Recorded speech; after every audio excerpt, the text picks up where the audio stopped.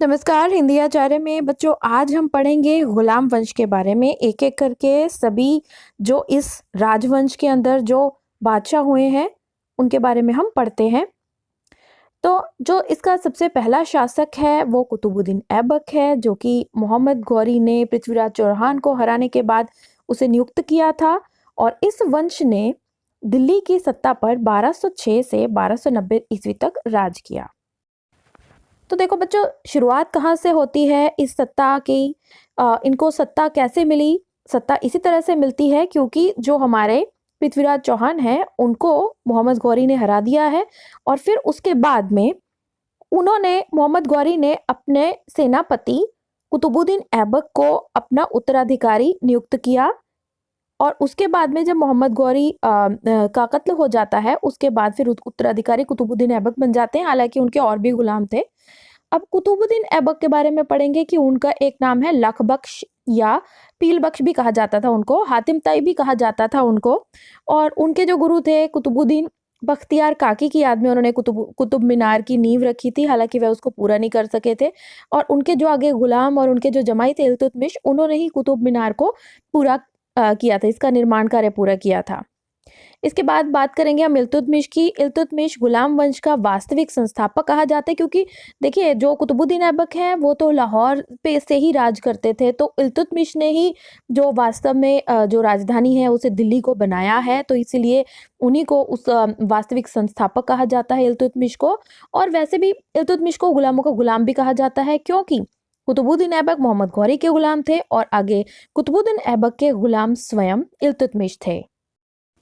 कुतुबुद्दीन ऐबक हैं, उन्होंने तुर्क चिहलगानी यानी कि 40 आमिरों का जो समूह था उसको जो कि इल्तुतमिश के बिल्कुल साये की तरह उसके साथ रहता था, इसका फाउंडर क्या है, इसको बनाया है।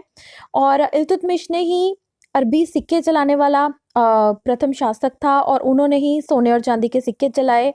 और इल्तुतमिश की, अब देखिए इल्तुतमिश की जो पुत्री है रजिया, उनके पुत्र थे, दूसरी पत्नी से उनके पुत्र थे।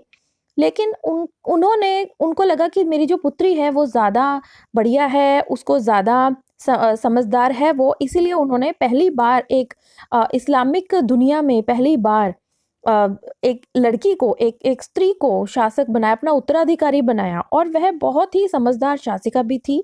और जो क्योंकि इल्तुतमिश थे वो गुलाम थे और गुलाम कोई बादशाह नहीं बन सकता है। एक्चुअली इनको बादशाह नहीं सुल्तान कहा करते थे। तो जो सुल्तान नहीं बन सकता, इसीलिए उन्होंने जो बगदाद के खलीफा हैं उनसे उन्होंने उपाधि भी ली थी, उनसे कहलवाया था कि हाँ सचमुच में मैं गुलाम नहीं हूँ और मैं सुल्तान हूँ। और जब रजिया 1240 में रजिया सुल्ताना की जो हत्या हो जाती है, उसके बाद बहराम शाह सुल्तान बनता है। बहराम शाह के समय पर ही मंगोलों का आक्रमण भी होता है। और उसके बाद मसूद शाह ने बलबन को आमिर हाजिब की उपाधि प्रदान की। और फिर उसके बाद हम जानते हैं कि बलबन जो है वह बहुत ही ताकतवर सम्राट बनकर उभरता है। और उसने बहुत देर तक सम्राट की उपाधि ली नहीं थी, बादशाह की उपाधि, सुल्तान की उपाधि ली नहीं थी। लेकिन फिर भी वह बैकग्राउंड से ही बहुत सारे कार्य करता रहता था और वास्तविक सत्ता उसके हाथ में ही थी। और जो बलबन था, गयासुद्दीन बलबन, दिल्ली की सत्ता पर वह 9वां सुल्तान था।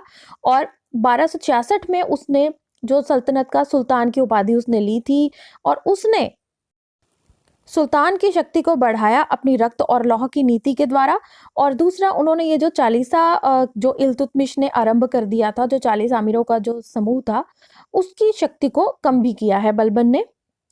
और बलबन गुलाम वंश का सबसे महत्वपूर्ण शासक उसको कह सकते हैं। और वह बलबन जो स्वयं इल्तुतमिश का दास था। बलबन ने जिल्ले इलाही यानी कि परमात्मा की छाया और नियाबत खुदाई की भी उपाधि धारण की थी। और सिजदा और पैबौस यानी कि प्रणाम करना और उसके पैरों को चूमना सुल्तान के, इस प्रथा को भी आरंभ करवाया है बलबन ने, ताकि ये प्रूव किया जा सके कि जो जो सुल्तान है वो बहुत ही ताकतवर है। उलुग खान की उपाधि भी नसीरुद्दीन ने बलबन को दी थी। अब आगे देखेंगे, यह जो गुलाम वंश है इसे मामलुक वंश भी कहा जाता है।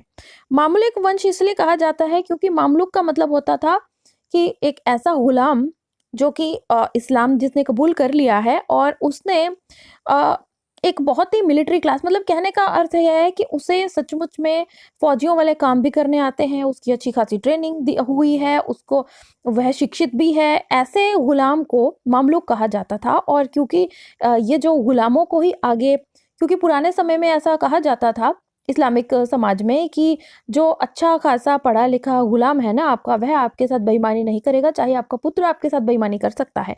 तो ये जो सुल्तान थे, उनको अपने गुलामों पर बहुत ज़्यादा विश्वास था। बहुत सारे ऐसे गुलाम भी थे, जैसे कि मिल्तुतमिश को देखते हैं, जिनके साथ सुल्तानों ने अपनी बेटियों की शादी भी की है, तो आगे उनका रिश्ता भी जुड़ा है उनके साथ में। तो धीरे-धीरे करके इस तरह से गुलाम वंश में बहुत ही बड़े-बड़े जो सुल्तान हैं, वो आते हैं। और इस तरह से इल्तुतमिश ने हौज़-ए-शम्सी भी बनाया। आशा करती हूँ कि आपको गुलाम वंश के बारे में ये छोटी-सी जानकारी अच्छी लगी होगी।